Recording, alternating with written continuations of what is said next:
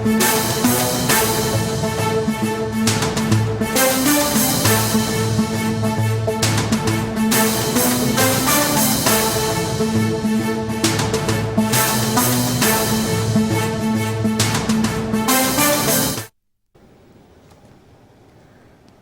ప్రమాదం నుంచి బయటపడ్డ ఏకైక వ్యక్తి రమేష్ విశ్వాస్ కుమార్. అంతా తన కళ్ల ముందే జరిగిందన్నారు రమేష్ విశ్వాస్ కుమార్. తాను ఎలా బతికానో అర్థం కాలేదన్నారు. విమానం నుంచి బయటకు దూకలేదన్నారు. ఎమర్జెన్సీ డోర్ నుంచి తాను బయటకు రాగానే మంటలు అంటుకున్నాయన్న రమేష్ విమానం కింద పడగానే తాను కూడా చనిపోయాననుకున్నట్లు చెప్పారు.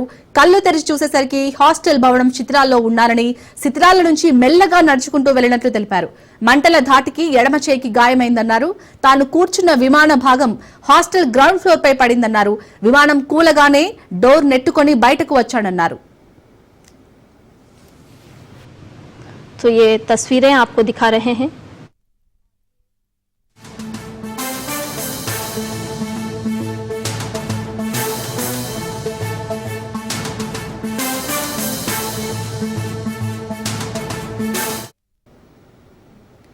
విమాన ప్రమాదం నుంచి బయటపడ్డ ఏకైక వ్యక్తి రమేష్ విశ్వాస్ కుమార్. అంతా తన కళ్ల ముందే జరిగిందన్నారు రమేష్ విశ్వాస్ కుమార్. తాను ఎలా బతికానో అర్థం కాలేదన్నారు. విమానం నుంచి బయటకు దూకలేదన్నారు. ఎమర్జెన్సీ డోర్ నుంచి తాను బయటకు రాగానే మంటలు అంటుకున్నాయన్న రమేష్ విమానం కింద పడగానే తాను కూడా చనిపోయాననుకున్నట్లు చెప్పారు.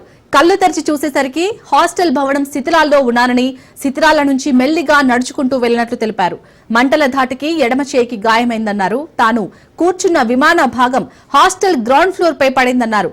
విమానం కూలగానే డోర్ నెట్టుకొని బయటకు వచ్చాడన్నారు.